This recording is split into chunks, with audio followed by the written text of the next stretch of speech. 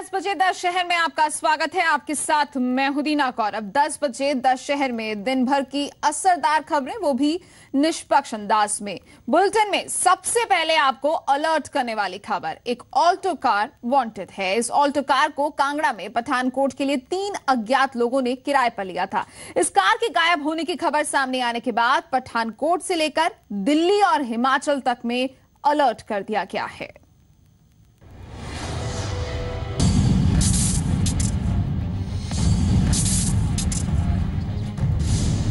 क्या देश में पठानकोट एयरबेस अटैक पार्ट 2 की साजिश है? ऐसी आशंका और डर की वजह है दिल्ली पुलिस की ओर से जारी ये 2 तस्वीरें। पहली तस्वीर दिल्ली पुलिस के अलर्ट की है। इस अलर्ट में लिखा है एक सफेद रंग की मारुति ऑल्टो कार जिसका नंबर है HP01D 2440। इस कार को पठानकोट से 3 अज्ञात लोगों ने हायर किया था। इस टैक्सी का ड्राइवर विजय कुमार, जो कि कांगड़ा के गग्गल का रहने वाला था, उसका शव 20 जनवरी 2016 को कांगड़ा के काल्टा ब्रिज पर मिला। ऑल्टो कार अब भी गायब है। सर्च ऑपरेशन जारी है। सतर्क रहें और इस अलर्ट को रीट्वीट करें। दूसरी तस्वीर उस गायब हुई ऑल्टो कार की है। इस तस्वीर में कार के पास ही 3 संदिग्ध लोग दिख रहे हैं। दिल्ली पुलिस को इन्हीं की तलाश है। दिल्ली एनसीआर में जगह जगह छापे मारे जा रहे हैं, लेकिन अब तक न ऑल्टो कार मिली और न ये तीनों संदिग्ध। दिल्ली पुलिस ने आशंका जताई है कि ये लोग आतंकवादी हो सकते हैं और 26 जनवरी के आसपास किसी आतंकी वारदात को अंजाम देने की फिराक में है।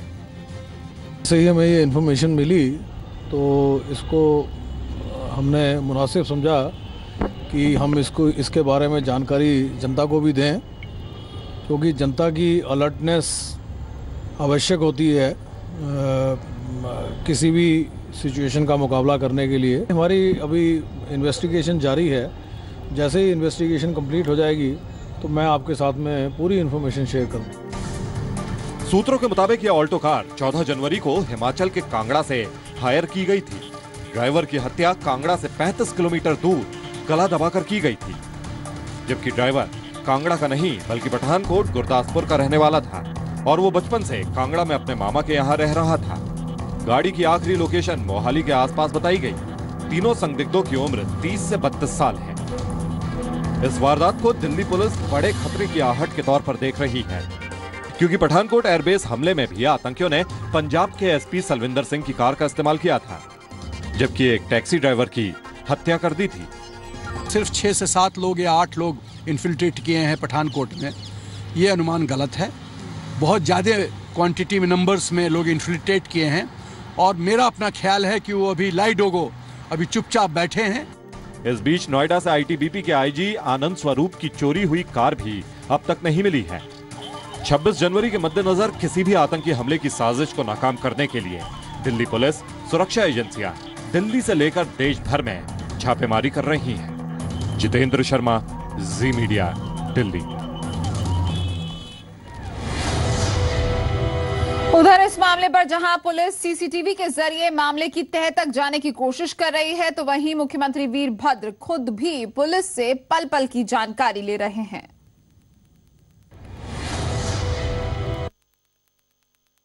चौदह जनवरी को कांगड़ा में हाईजेक टैक्सी को लेकर पुलिस 3 लोगों की तलाश में जुटी है। उस समय रात के करीब 8:30 बजे थे। जानकारी के मुताबिक पहले तो इन लोगों ने दूसरे कई टैक्सी ड्राइवरों से जाने के लिए पूछा, लेकिन ऑल्टो टैक्सी का ड्राइवर दूसरी टैक्सियों से कम पैसे में जाने के लिए तैयार हो गया। एसएसपी के मुताबिक उस समय की सीसीटीवी फुटेज पुलिस को मिल गई है, जिसमें चेहरे तो पहचान में आ रहे हैं, लेकिन ये लोग कहां के रहने वाले हैं, ये खुलासा होना अभी बाकी है। ये टैक्सी एक ऑल्टो गाड़ी है, मारुति ऑल्टो गाड़ी है, जो कि अभी तक नहीं मिली है और इसको हम तलाश कर रहे हैं। और इसमें कुछ हमने इनके फोटोग्राफ्स भी निकाले हैं, जो 3 सस्पेक्ट लोग हैं, और इस पे अभी इन्वेस्टिगेशन जारी है। सर, इनकी पहचान हो पाई अभी तक? जो 3 लोग थे, नहीं, इनकी बाई नेम इनकी पहचान नहीं हो पाई है। उधर मामले की गंभीरता को देखते हुए सीएम वीरभद्र खुद पल पल की जानकारी ले रहे हैं। उनका कहना है कि पुलिस को कई ऐसी बातें पता रहती हैं जिसे सार्वजनिक नहीं किया जा सकता। अभी बहुत सी बातें ऐसी होती है जो पुलिस को पता है, मगर हम जब तक की मीटिंग न पकड़े जाए वो खुफिया रखी जाती है। कार के गायब होने की खबर सामने आने के बाद पठानकोट से लेकर दिल्ली और हिमाचल प्रदेश तक में अलर्ट जारी कर दिया गया है। NIA और IB पूरे देश में जगह जगह छापेमारी भी कर रही है। S गोपालपुरी, जी मीडिया, धर्मशाला। जी मीडिया की टीम ने उस जगह का जायजा लिया जहां से कार ड्राइवर की लाश मिली थी। हम हिमाचल प्रदेश के उस एरिया में खड़े हैं, उस स्पॉट पर खड़े हैं जहां पर अल्टो गाड़ी के ड्राइवर विजय कुमार की लाश को छुपाया गया था। आप मेरे पीछे देख सकते हैं, यही वो पुली है जहां पर ड्राइवर विजय कुमार की लाश को जो है छुपाया गया था और यहां पर छुपा करके ऊपर कुछ पत्थर जो है वो रख दिए गए थे, जो कि बाद में विजय कुमार की लाश जो है यहीं से बरामद हुई, जिससे इस सारी बात का खुलासा हुआ कि उसको मार करके कुछ लोग जो हैं, जो 3 लोग बताए जा रहे हैं, वो गाड़ी लेकर भाग गए हैं, जिससे पंजाब और हिमाचल दोनों राज्यों की पुलिस सख्ती में है और दोनों बॉर्डर्स के जो एरियाज हैं उसको सील कर दिया गया है। कैमरामैन जतिन के साथ अजय महाजन, जी मीडिया, कोटला, हिमाचल प्रदेश। उधर अमृतसर में बढ़ते कोहरे को देखते हुए BSF अलर्ट हो गई है और बॉर्डर एरिया के आसपास सुरक्षा कड़ी कर दी गई है। साथ ही सरहद के साथ लगते नदी नालों में भी BSF किश्तियों के जरिए गश्त कर रही है।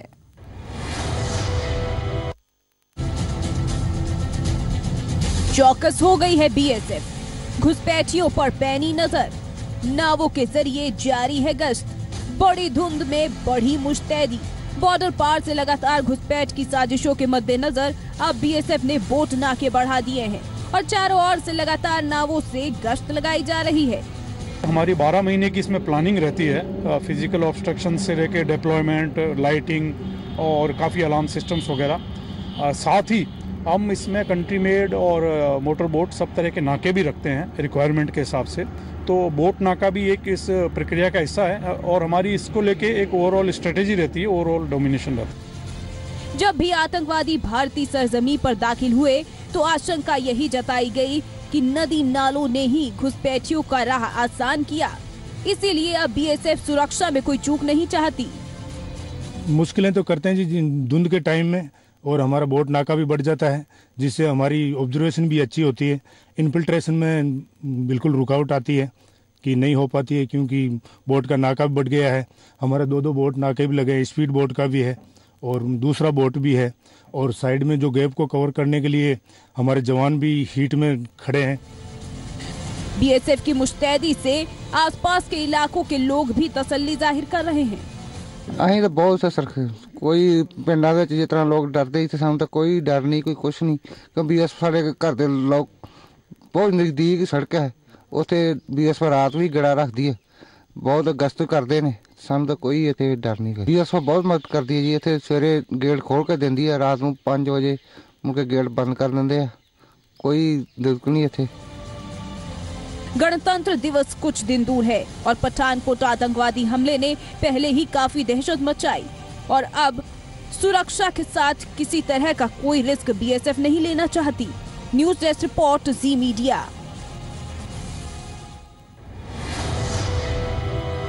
चलिए बढ़ते आगे, रुक करते हैं राजनीतिक खबरों का। खडूर साहिब उपचुनाव को लेकर सूबे का सियासी पारा चरम पर है। अकाली दल के प्रधान सुखबीर बादल की ओर से इसे 2017 के विधानसभा चुनाव से जोड़ने पर कांग्रेस ने पलटवार किया।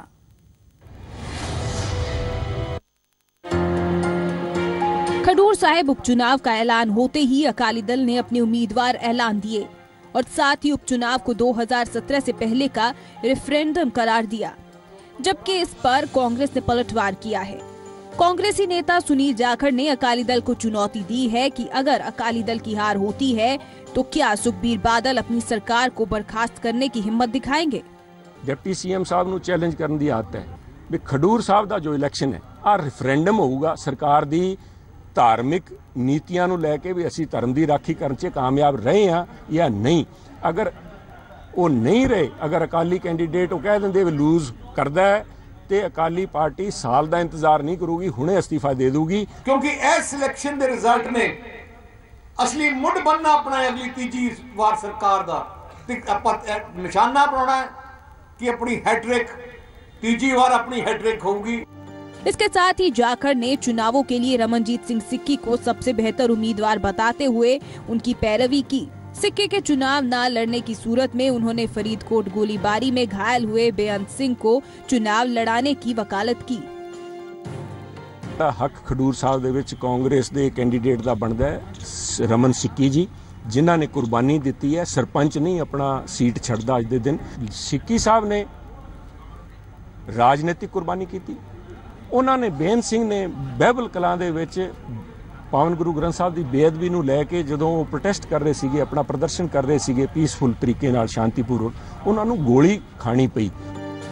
2017 के विधानसभा चुनावों से बिल्कुल पहले खडूर साहिब के उपचुनाव को काफी अहम माना जा रहा है। मुख्य मुकाबला कांग्रेस और अकाली दल में है। हालांकि कांग्रेस इन चुनावों को लेकर शशुपंच में है।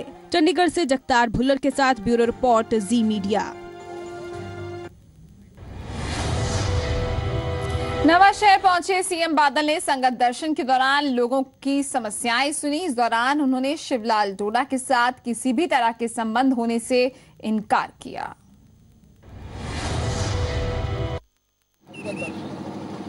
नवांशहर में मुख्यमंत्री ने 2 दिवसीय संगत दर्शन में शिरकत की, जहां सीएम बादल ने आम लोगों की समस्याएं सुनकर मौके पर उनका निपटारा किया। इस दौरान सीएम ने फिर साफ किया कि अकाली दल का शिवलाल डोडा से कोई संबंध नहीं है। उन्होंने विपक्ष के आरोपों को बेबुनियाद करार देते हुए कहा कि वो सुनील जाखड़ का सत्कार करते हैं। हम कोई ना डोडा को हमारे साथ उसके तल्लुक आता है, ना को उसका हमारे साथ अकाली दल के साथ तल्लुक है। देखो अपोजिशन वाले कह देते हैं जाखड़ साहब का मैं बड़ा सत्कार करता, लेकिन साडा उहदे नाल तल्लुक ही नहीं।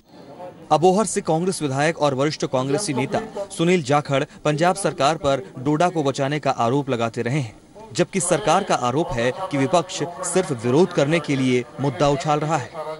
नवांशहर से रमन खोसला, जी मीडिया। सूबे में लाल बत्ती को लेकर सियासत लाल हो रही है। मेयर्स को वीआईपी दर्जा देने के बाद सरकार विरोधियों के निशाने पर है। लुधियाना में कांग्रेसी वर्करों ने अलग तरीके से इसका विरोध जताया।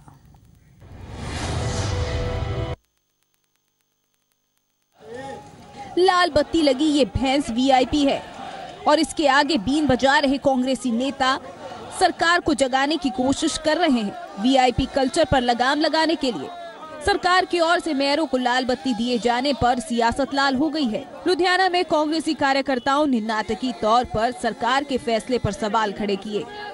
ਦੇ ਨੁਮਾਇੰਦੇ ਨੇ ਪੰਜਾਬ ਦੇ, ਉਹਨਾਂ ਦੀ ਸੁਰੱਖਿਆ ਬਹੁਤ ਜ਼ਰੂਰੀ ਹੈ, ਪਰ ਇਹ ਨਹੀਂ ਵੀ ਪਿੱਛੇ 200 ਗੱਡੀ ਭੱਜੀ ਫਿਰੇ, 400 ਬੰਦਾ ਨਾਲ ਤੁਰਿਆ ਫਿਰਦਾ, ਉਹਦੇ ਨਾਲ ਜਿਹੜੇ ਨੇ ਬੈਰੀਕੇਡ ਲਾ ਕੇ ਰਸਤੇ ਰੂਟ ਲਾ ਕੇ ਰਸਤੇ ਬੰਦ ਕਰ ਦਿੰਦੇ ਨੇ, ਉਹਦੀ ਕਾਂਗਰਸ ਨਿੰਦਿਆ ਕਰਦੀ ਹੈ। ਅਸੀਂ नाराजगी जाहिर की जा रही है कि ऐसी प्रक्रिया के साथ लाल बत्तियों की संख्या बढ़ेगी और आम लोगों की मुश्किल। सुरक्षा के लिहाज से भी इसको लेकर सवाल उठाए जा रहे हैं, क्योंकि ऐसी गाड़ियों का फायदा कई बार आतंकवादियों की ओर से उठाया गया। जो अपनी बात रखने जाता है वो रेड लाइट से इतना खुश हो जाता है तो उसको काम भूल जाते हैं, सिर्फ अपना वीआईपी कल्चर याद रह जाता है। और सड़कें टूटी पड़ी हैं, यहाँ पे देखना रेड लाइट वाली गाड़ियों वो चलेंगी जिनके पास कोई ओहदा नहीं है। वीआईपी कल्चर को लेकर पहले तो कई तरह के सवाल उठाए जा रहे हैं। चुनावों के दौरान इसको मुद्दा बनाने की तैयारी है और इसके साथ ही सबसे अहम सवाल ये है कि लाल बत्तियों के जरिए राज्य का विकास होगा, और फिर अगर कोई गैर सामाजिक तत्व ऐसी लाल बत्ती या नीली बत्ती लगी गाड़ी का फायदा उठाकर किसी वारदात को अंजाम देते हैं तो उसका जिम्मेदार कौन होगा। लुधियाना से नवीन शर्मा के साथ ब्यूरो रिपोर्ट, जी मीडिया। पनामा में हुए बोट हादसे मामले में पुलिस की कार्रवाई तेज होती जा रही है। इस मामले में दिल्ली से भी गिरफ्तारियां हुई हैं। यहां आपको बता दें कि अमेरिका जाते हुए समुद्र में नाव पलटने के बाद से कई पंजाबी युवकों का कोई सुराग नहीं मिल पाया है। केंद्र सरकार से दखल की मांग के बावजूद मामला जस का तस है।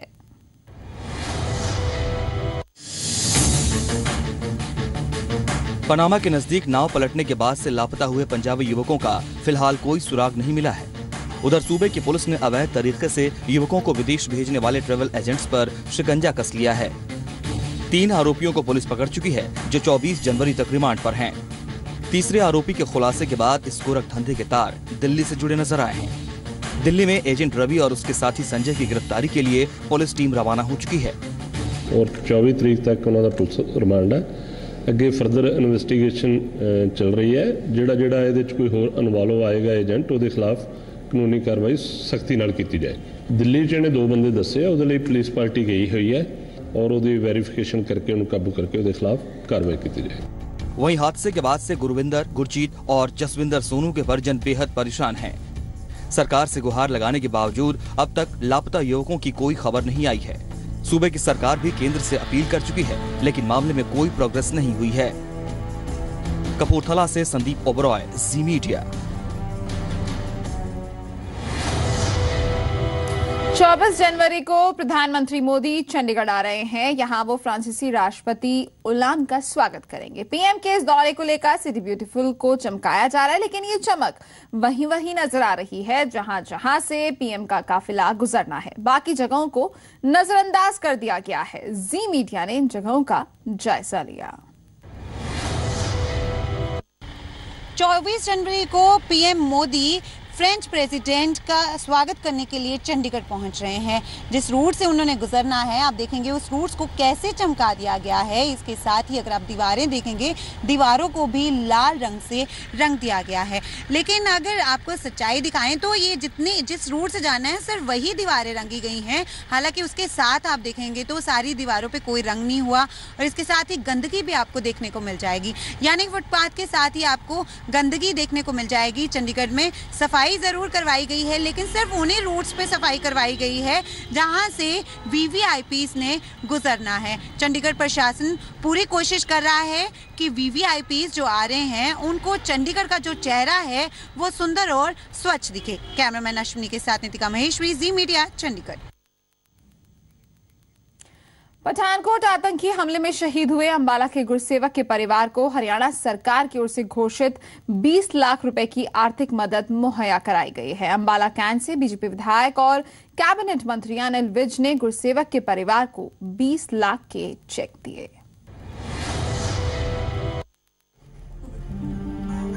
पठानकोट एयरबेस पर हुए आतंकी हमले में दहशतगर्दों से लोहा लेते हुए शहीद हुए गुरसेवक के परिवार को हरियाणा सरकार की ओर से वित्तीय सहायता के तौर पर 20 लाख रुपए का चेक सौंपा गया है। हरियाणा सरकार में कैबिनेट मंत्री अनिल विज ने गुरसेवक के परिवार को ये चेक सौंपा। सरकार की तरफ से 20 लाख रुपए सहायता राशि की घोषणा की गई थी। आज उसके चेक दिए गए हैं। उसमें से 10 लाख रुपए का चेक उनकी धर्मपत्नी के नाम से दिया गया, 5 लाख का चेक उनकी माताजी के नाम से दिया गया और 5 लाख का चेक उनके पिताजी के नाम से दिया गया। टोटल 20 लाख रुपए के चेक राशि दी गई है। हरियाणा सरकार शहीद गुरसेवक के नाम पर जल्द ही स्मारक बनाने जा रही है। बनाने के लिए वो सारा प्रशासन उसमें कार्रवाई कर रहा है और वहाँ पर जगह की निशानदेही कर ली गई है और बड़ी जल्दी वहाँ पे स्मारक बनाया जाएगा। गणतंत्र दिवस के लिए भी इनको भी निमंत्रण डीसी साहब ने दिया है और जो दूसरे शरद गौड़ जो थे, जिनको शैलब गौड़, जिनको पेट के नीचे गोली लगी थी और इसी रेजिमेंट के थे, वो गरुड़ के ही, तो उनको भी निमंत्रण पत्र दिया जा रहा है। गुरसेवक भले ही आज हमारे बीच ना हो, लेकिन उनकी बहादुरी के चर्चे हर जुबां पर है। पठानकोट आतंकी हमले में शहीद गरुड़ कमांडो गुरसेवक की पिछले साल 18 नवंबर को शादी हुई थी। उनके परिवार को उनकी शहादत पर नाज है। अमन कपूर, जी मीडिया, अंबाला। मुक्तसर से नांदेड़ साहिब के लिए रवाना हुई श्रद्धालुओं से भरी स्पेशल ट्रेन। लोगों ने इस ट्रेन को लेकर प्रदेश सरकार के प्रयास की सराहना की है। चलते चलते आपको छोड़ जाते हैं इस खास रिपोर्ट के साथ।